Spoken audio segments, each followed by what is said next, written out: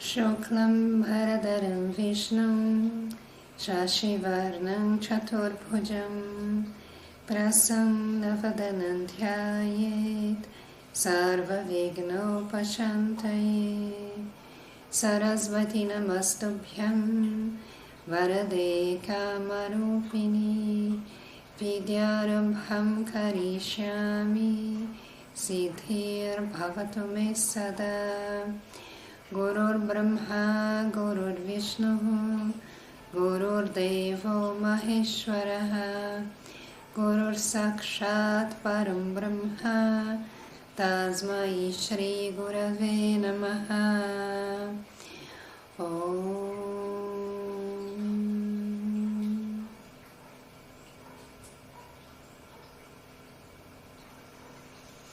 Hoje nós vamos falar sobre os significados e as interpretações da palavra yoga.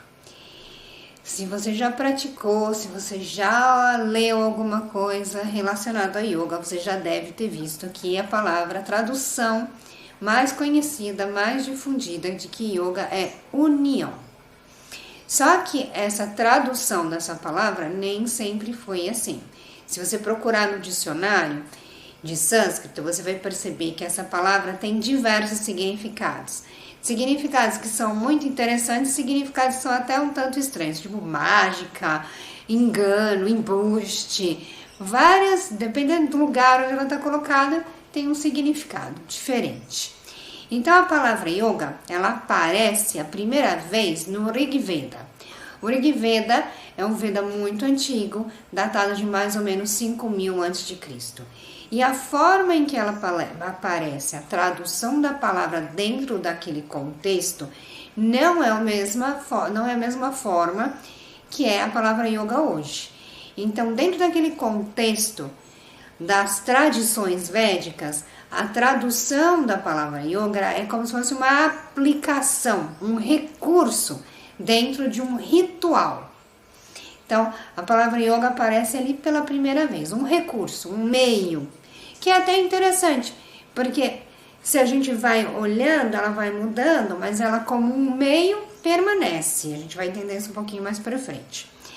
O significado da palavra yoga, como é hoje, como controle dos sentidos, essa coisa de transcendência do ego, autoconhecimento, caminho que te leva para esse lugar do ser. Toda essa visão que nós temos hoje aparece pela primeira vez na Taittiriya Upanishad. A Taittiriya Upanishad, ela tem mais ou menos 2000 a.C., a data, e essa Taittiriya Upanishad, ela é, a partir do momento que aparece a palavra yoga dessa forma, vai ser repetido isso em outras Upanishads após a Taittiriya. Aí, depois disso, o que tem? Aparece o Bhagavad Gita. Bhagavad Gita, que é mais ou menos 5 a.C., a palavra yoga aparece muitas vezes como, até como tema, título, né, de capítulos, nome de capítulos. Aparece várias vezes a palavra yoga e ainda ela se mantém com essa visão de ser essa coisa de autotranscendência, de disciplina, de autoconhecimento e que mostra diferentes formas de autorrealização. Porque você vai ver, quando você estudar Gita é um estudo muito bonito, muito profundo. Eu espero que vocês se animem muito na formação, para que vocês um dia estejam sentados de frente com um professor capacitado, maravilhosa. Por exemplo, minha professora é maravilhosa. Eu tenho mais professoras do que professores, né? Então, a professora Sônia Novaes, a professora Glória Lieira, são pessoas capacitadas para ensinar o Bhagavad Gita. É um estudo que leva mais ou menos uns 3 anos. E você vai... Não dá para dizer que é 3 anos, porque às vezes é tão profundo que às vezes passa um pouquinho de 3. Às vezes é menos também. Não dá para saber. Mas é uma formação linda. E você vai vendo todas as formas de aplicação do yoga nessa visão de transcendência, de encontro consigo mesmo. É uma coisa linda. Bhagavad Gita é o meu texto predileto da tradição. Já estudei 3 vezes e se tiver de novo, estudo de novo, porque eu acho lindo, acho incrível. E cada vez que eu ouço ele, eu já ouço com uma visão diferente. Porque, claro, a vida vai mudando, você vai amadurecendo, você vai enxergando coisas que você não enxergava antes. É muito profundo, muito bonito. E aí, estamos aqui para falar de yoga. Voltando, a gente chega num texto também que é muito tradicional da nossa tradição, que é o Yoga Sutra de Patanjali. O Yoga Sutra de Patanjali é um texto que é mais ou menos de 2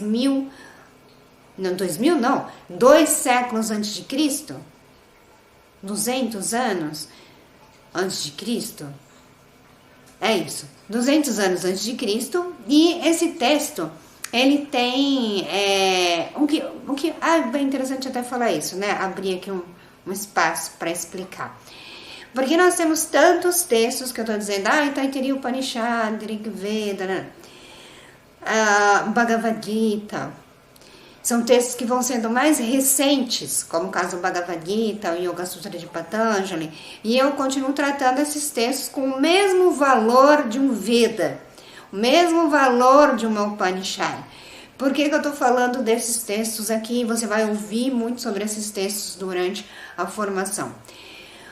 Um texto, ele tem o mesmo valor de um Veda, o mesmo poder de um Veda, por quê? Porque ele repete ensinos que são colocados dentro de uma Upanishad. Imagina que a linguagem de uma Upanishad é uma linguagem muito específica e que ela é mais fácil de ser entendida, vamos dizer assim, para quem tem uma natureza de renúncia, para quem abre mão da vida, não trabalha, não constitui família, não tem nada, não quer ter nada, então é um renunciante, e ele vai dedicar a vida inteira a quê? Ao autoconhecimento. Então uma Upanishad, ela tem uma linguagem específica que fala mais para essas pessoas com tendência de renúncia. Podemos estudar as Upanishads? Podemos e devemos. Mas você vai ver que tem um contexto ali que está muito relacionado a isso. Não vai falar sobre família, sobre filhos, sobre o trabalho do dia a dia e a labuta de pagar boleto. Não vai falar nada disso. Quando a gente vai chegando, por exemplo, num Bhagavad Gita, a gente já chega numa situação onde tem toda a base de conhecimento maravilhosa do ensino de uma Upanishad. Porém, tem um contexto muito diferente. O contexto, o Bhagavad Gita é um texto que está dentro do Mahabharata. Então, a história da Grande Índia, nessa história é uma briga, imagina que é uma guerra, ou seja, agora não tem renunciante aí não. Tem pessoas que vão para uma guerra. Combina um pouco com o nosso universo. Então, a linguagem é diferente, é mais acessível para nós o entendimento de uma vida de Karma Yoga. Uma vida onde você constitui família, paga conta e tudo mais. Você não é um renunciante. Você não é uma pessoa que abriu mão de tudo isso. Mas você é uma pessoa que tem desejo por moksha. Ok? Abrir esse lugar para explicar do valor desses textos. A mesma coisa acontece com o texto de Patanjali. O texto de Patanjali já começa, ele entra na primeira frase, mostrando que é uma continuidade de um ensino. Ele não é uma coisa nova. Por isso que esses textos são tão valorosos. Eu não invento, não é Patanjali chegou e falou assim, peraí, eu vou inventar o yoga agora, eu vou dizer que yoga é tal coisa. Não, ele começa mostrando, isso aqui é uma continuidade de um ensino que já existe. Eu só vou agora colocar ele dessa forma para ficar mais fácil de ser entendido pelas pessoas que não são renunciantes, por todos. Então, temos aí esse texto maravilhoso que vocês vão ouvir falar muito, assim como o Bhagavad Gita vão ouvir falar muito, e que tem um grande valor, por isso que ele está sendo mencionado aqui. Patanjali vai explicar o que é yoga. Ele vai dizer assim, yoga é isso. Só que é claro, se fosse tão fácil assim, né? Se fosse tão simples, todo conhecimento tem um segredo embutido. É tão bonita essa tradição, é tão bonita, porque o que ela obriga você? Ela obriga que você tenha um professor. Se você lê o Yoga Sutra de Patanjali, você vai entender patavinas. Se você lê o Bhagavad Gita, você não vai entender nada. Você vai ter um entendimento muito superficial dentro daquilo que você pode. Você precisa do quê? Da visão de um professor. O professor ele faz uma transmissão da visão dele. E a visão dele existe por quê? Porque um outro professor fez a transmissão da visão dele para esse professor. E assim por diante, numa linha contínua até o primeiro mestre da tradição. Então, a palavra yoga vai aparecer de novo nos sutras de Patanjali. Patanjali vai dizer que yoga é a contenção das flutuações da mente. Isso vai dar um espaço enorme para as pessoas inventarem coisas malucas em relação à meditação, malucas a ponto de dizer que meditação é quando você controla a mente e não pensa. Isso é uma das coisas mais malucas que existem, sendo que a natureza da mente é constante movimento e Patanjali aponta isso no texto. Por isso que é tão importante você estudar com alguém capacitado em interpretar para você aquilo que está escrito ali, para que você não invente coisas. E durante muito tempo essa ideia foi vendida, uma ideia de que meditação é uma parada de pensamento. Então a gente vai ver que ele vai apresentar yoga então como esse meio. E aí eu digo aqui para você porque que é importante dizer, né, que lá atrás era visto como uma aplicação, um recurso. Patanjali vai dizer a mesma coisa. Por exemplo, o yoga é um recurso, é um meio. É um meio para você chegar onde? Naquilo que você deseja. E aquilo que você deseja, claro, se você é uma pessoa que entendeu para que serve yoga, o que você deseja é moksha.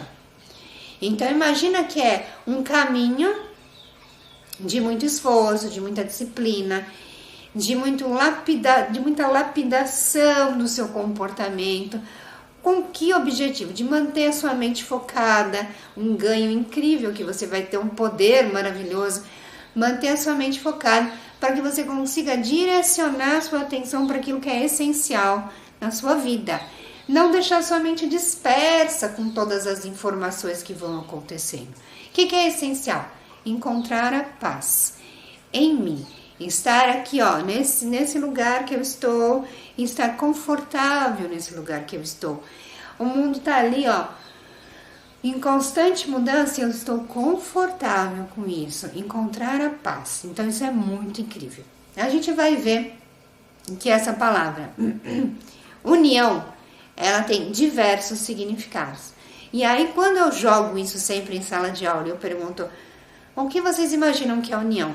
As pessoas sempre me trazem a seguinte afirmação: é a união do corpo, da mente e do espírito. Eu acho isso maravilhoso, porque quando alguém me traz isso em sala de aula, eu falo ficar muito claro que a pessoa sabe, lá no fundo, que ela está completamente separada.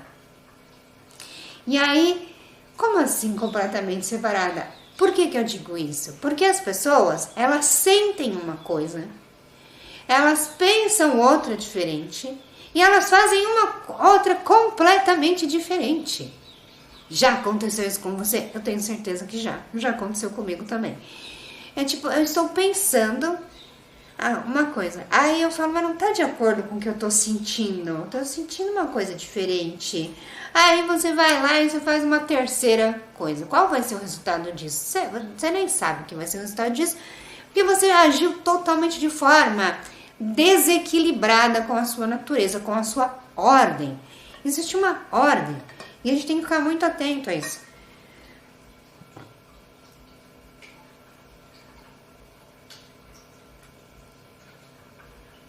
A sociedade, a forma que a gente vive, a nossa cultura, vai obrigando você a certas coisas. Você não sabe se aquilo está de acordo com a sua natureza. Vou dar um exemplo simples.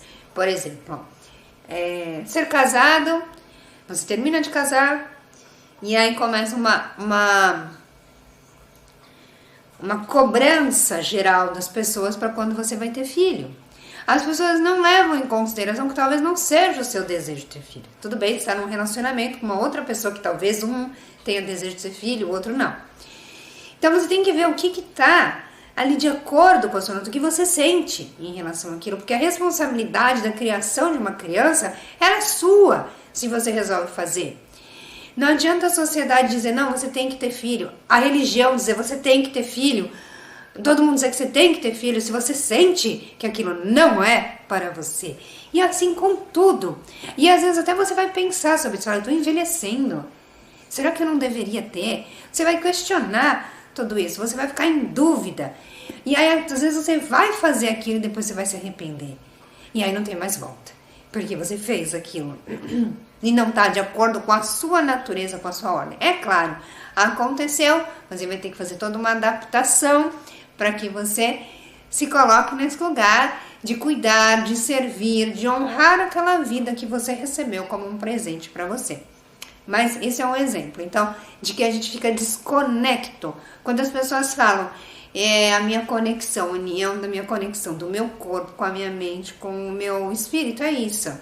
As pessoas reconhecem que existe um poder superior, existe algo maior, que a gente dá às vezes o nome de alma, de espírito, existe algo maior que anima esse corpo. E essa coisa que anima esse corpo tem uma inteligência muito grande.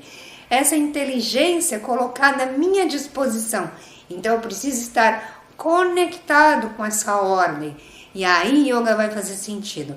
O meio, chamado yoga, me conecta com isso que é a minha natureza. E a partir do reconhecimento da minha natureza, eu tenho capacidade de usar as minhas potencialidades, reconhecer as minhas limitações e a partir disso trabalhar da melhor forma neste planeta para servir a minha sociedade, para cumprir com o meu dharma, para cumprir com o meu papel de acordo com o personagem que eu estou. Então, um personagem professor, um personagem mãe, um personagem filha de alguém, tem papéis a serem cumpridos. A partir do momento que eu compreendo isso, eu cumpro esses papéis sem peso, sem carga. Por quê? Porque eu estou equilibrada na minha ordem, na minha natureza. Então, olha quantos significados dessa palavra bonita, dessa palavra profunda que é yoga. Eu espero que eu tenha deixado claro para vocês e tenha aí movido um pouquinho a cabeça de vocês para que tenha mais dúvida, porque a dúvida é maravilhosa, a dúvida é que faz a gente se mover, se mexer e ir atrás de mais conhecimento. Hariom.